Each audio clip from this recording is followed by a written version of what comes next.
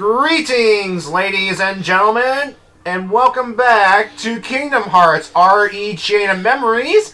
And we're not done yet, folks. In fact, we have a whole nother story to go through before we are completely done with this game. This time starring, Riku. And it's not the Riku replica we've encountered throughout Sora's adventure. Nope, this is the real deal. The real deal. The genuine article. And yes, unfortunately, he does not get a fancy intro like Sora does. We just go straight into his game. However, you are given the option to either choose, your difficulty level again if you want an easier time or a harder time. But for consistency's sake, I will stick with standard mode because why not? At least it's consistent. But at least the game is kind enough to give you an option, since it's technically a whole nother game. And the Game Boy Advance version does have this mode too, so at least it's consistent with that. So again, folks, no fancy opening. We just go straight into Riku's plot. So, yeah. Anytime now, game. Anytime.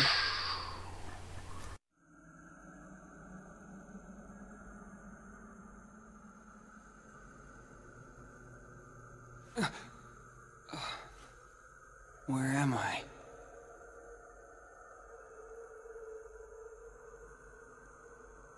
Stay asleep. Who's there? You should remain asleep. Here, between light and dark. Between what? The king! Where's the king? Together we close the door to darkness. After that? You came drifting here by yourself. You did not have the strength to overcome the darkness. Or maybe you were close to it.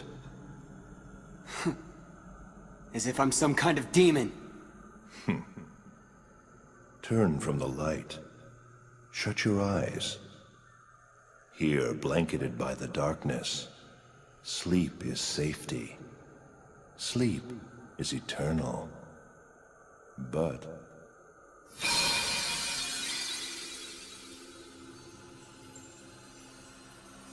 oh, what's this? it is a door to the truth. Take it and your sleep ends as you take the first step toward the truth. But know this, the truth will bring you pain. Will you still go? There is no return to the security of sleep.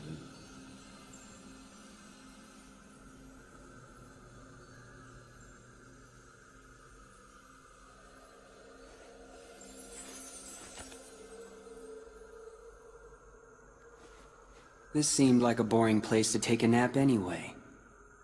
That was very well said, Riku.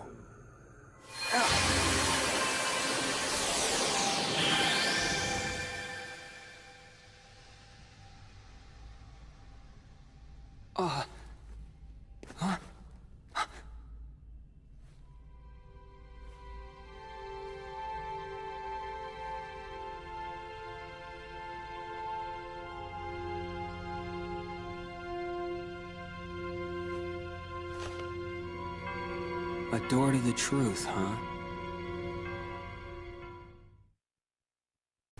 And just like that, good old Riku is here in Castle Oblivion. Now, how did he get here? It's kind of explained sort of later on, but remember, Riku was in the realm of darkness the last time we saw him, with King Mickey and all that. Mm-hmm. Here's the thing. I don't think the game touches upon this, but I'm going to try to explain here. The field, and for that matter, Castle Oblivion, teeter in the realm in between the realm of light and realm of dark. So, it's all possible that, some powerful force drew Riku here from the realm of darkness into the world in between, essentially freeing him from his dark prison. And if that's the case, then what happened to Mickey, you may ask?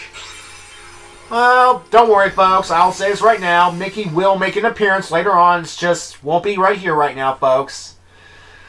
So, yeah.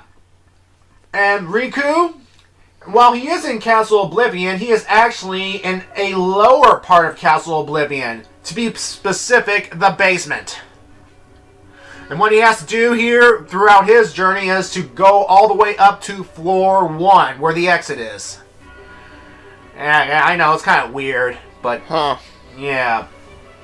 It's kind of fitting we start in Hall Bastion, because that's where Riku ended up when he got taken out of Destiny Islands. Yeah, pretty much. If you recall from Kingdom Hearts Final Mix, Maleficent found him and pretty much recruited him to the whole her cause and stuff. So yeah.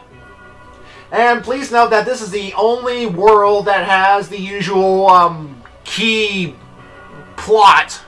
You know, key of beginnings, key of whatchamacallit, and key of truth, and blah blah blah blah blah. It's the only one with the 3 plot doors.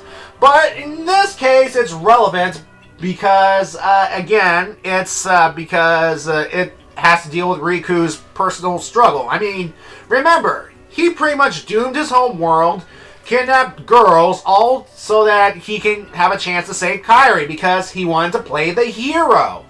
But he failed to realize that he's playing the rival, and eventually, or unintentional or not, joined the dark side, his body became a host for the real bad guy of the game, and... Simply put, he screwed up. Exactly! And now this whole journey is the beginning of his redemption. Although, technically, his redemption could have started when he held Ansem back from killing Donald, Goofy, and Kairi, but this one really, really begins the development right here, folks. Alright. So, does Riku differ from Sora? Oh, yes. Well, basically, he still has to operate within the card rules, but the rules will be slightly different than that of Sora, and I'll demonstrate as we journey onward. Of course, I have to make sure I'm going the right way first, because there are 3 plot doors I have to go through. And don't worry, I'm going to show off these battles eventually. And he's still using that sword he used in the battle with him. Yeah, Soul Eater. Okay, now here's the battle system. Again, it may look the same, but if you notice that the reload card has no number. And that's significant because once you use the reload card, it just automatically reloads cards. You don't have to just stand there and wait for the number to count down and bam, you got all your cards back. You just hit the reload card thing and bam, it instantaneously regenerates the cards. Convenient. Yes, it is. However, there's some bad news here, folks. Now, each world Riku will go to, well, he has a fixed deck. You cannot alter a deck in any way, shape, or form, which means he will not be able to get any new attack cards. He can't use any healing cards, or you cannot even customize a deck.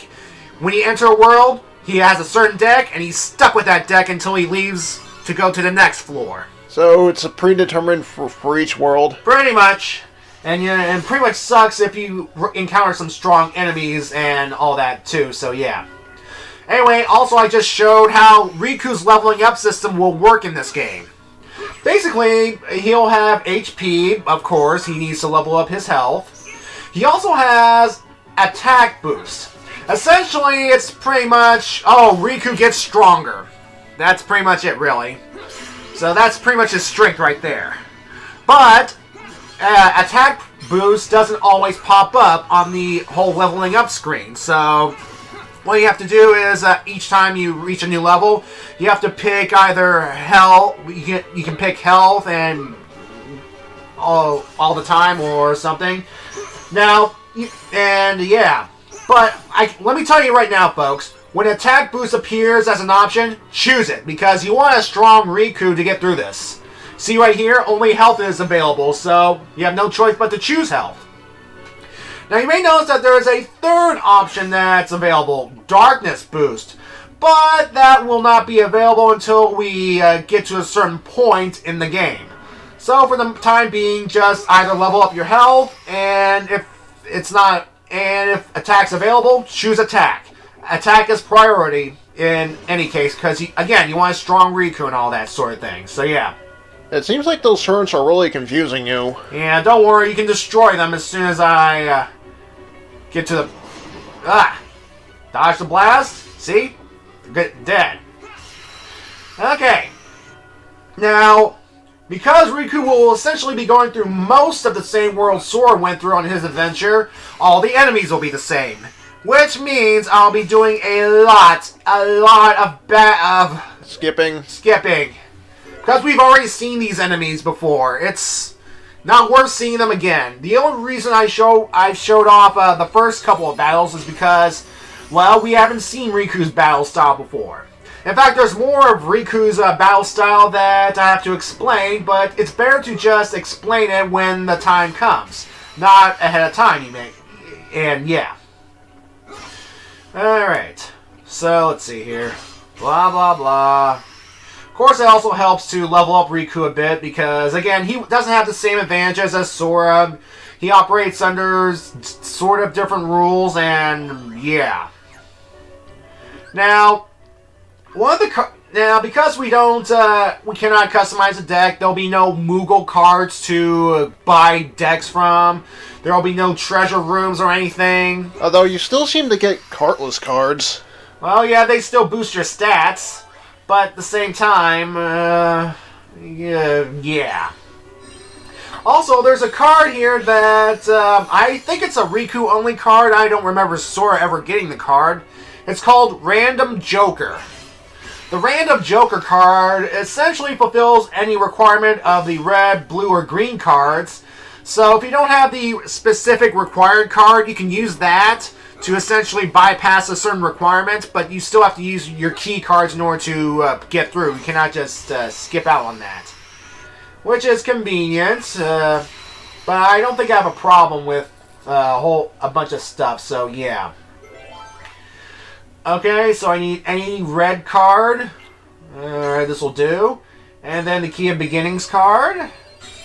And yeah. Of course, again, Hollow Bastion's essentially the only world that's plot specific in a way until we get further along in the game, but well, we get to learn some history of Riku's time in Hollow Bastion, like his room and all that sort of thing. So we learn that this is where he slept during this time in Kingdom Hearts Final Mix, or Kingdom Hearts in general. And he keeps talking to a mysterious voice, so yeah. Blah, blah, blah. Yes, yes, yes. Yes, it's basically the game saying, "Hey Riku, remember this? Remember that? Remember this? Remember how much you pretty much turned essentially evil and betrayed your friends?" I'm pretty sure he gets it. Yeah. And of course, this mysterious voice keeps taunting him like this. It's like, blah, blah, blah, blah, blah. And of course, Riku can't take it anymore because, well, yeah. And we get our Key of Guidance. I think this is only one of 2 times we actually see it in Riku's run. So yeah. Okay, so we got that plot point out of the way, so let's move on. Okay, so I need to go, where's the next plot door? All the way up there. Okay. Alright. Now, again, because the map system can be a little wonky at times, I could end up getting lost if I go the wrong direction, but I think I know where I'm going this time around. I have to go here. And I will be trying to do some skipping every now and then because, well, again, we kind of seen all this before. Though it's still, I do applaud the game developers for actually making Riku a playable character for once. It's just too bad it's in this kind of setting. And, I mean, giving him more backstory is a good idea, but they could have done it a bit better. Right. Again, it's the same problem as the game in general. I mean, the actual cutscenes between inside Castle Oblivion itself, they are relevant to the plot. And this, for example, is kind of relevant to the plot because it's pretty much broadcasting all of Riku's failures right here. But as we're going to go through, and as you're going to see going through Riku's story, that many of the worlds we go through are plotless. They have no purpose really, except for Riku to just journey upward to the first floor so that he can get out of here and find some kind of redemption for himself, or at least start his redemption. So, yeah. Anyway, here's plot door number 2. Let's see here. I need a green card. Any green card will do. What should I use? There's that Joker card I mentioned. There we go. Alright, selection and away. Okay. Let's see here. Now, I know people have been saying, oh, you forgot that there was a Riku game. You forgot there was Riku mode. The story isn't over yet. Now, let me set the record straight, folks. I knew of the Riku mode in Chain of Memories. I've seen playthroughs of it. I know this existed, and I was trying to put on the show. So, I wouldn't even be playing this game if I hadn't beaten the Riku mode. In fact, I beat the Riku mode months ago. And right now I'm actually recording footage for Kingdom Hearts 2 to be uploaded as soon as this game is over. Yeah, that's right, folks. I'm going to be diving right into the sequel as soon as this is over.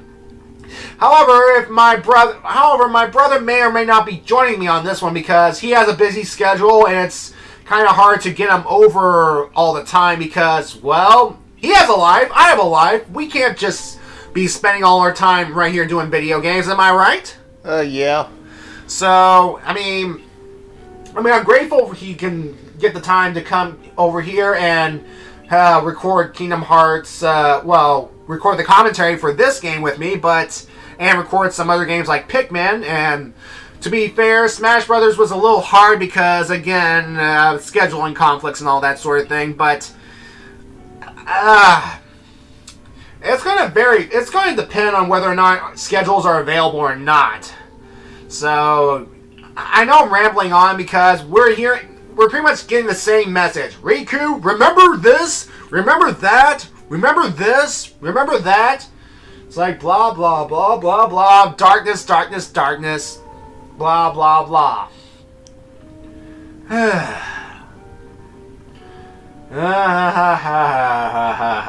Yes, darkness, darkness, darkness. Yeah. And I believe this is the only time we get a Key to Truth card in Riku's playthrough. Spoilers.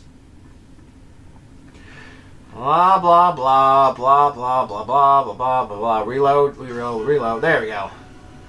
Okay, so I need to make sure I head the right direction.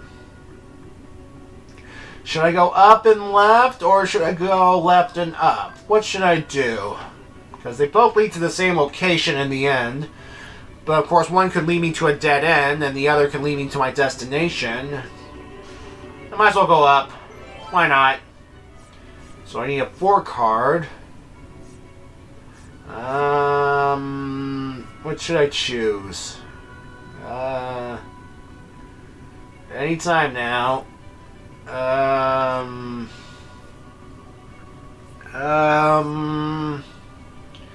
What should I choose? I might as well use this one, because why not? Enemies will be weaker, which means easy pickings for me.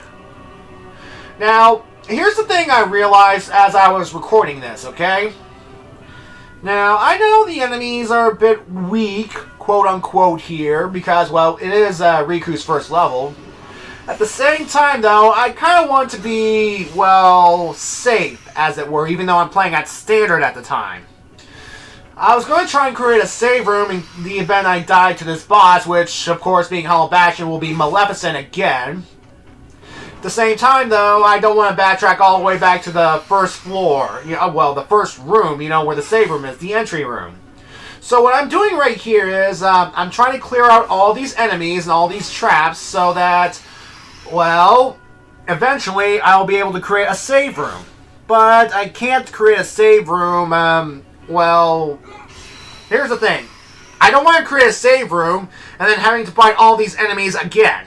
That'd be kind of silly. So I'll clear the enemies first, create a save room that's just actually right outside this room right here. That way I can just waltz on in, open the boss door, face the boss, bada bing, bada bang, and yeah. So make sure I have all enemies clear before I create the save room, and we'll be moving on. Alright, now of course at the time I couldn't create the save room immediately right there. It's just that I had to make sure I have the right card first. I mean, yeah. Alright, so okay. Alright, time to recreate this room into something else. The save room. So I only have one save room card, but that at the time that's enough. Again, I'm not taking any chances with this game, even though technically I did lose a number of times. It's just that you're not going to see it in this playthrough. Is the Riku story much harder than Sora's? In some ways, yes. Because, again, you have limited supplies and cards. It's just, you're going to have to really think on your feet for this one, folks. I'm just saying.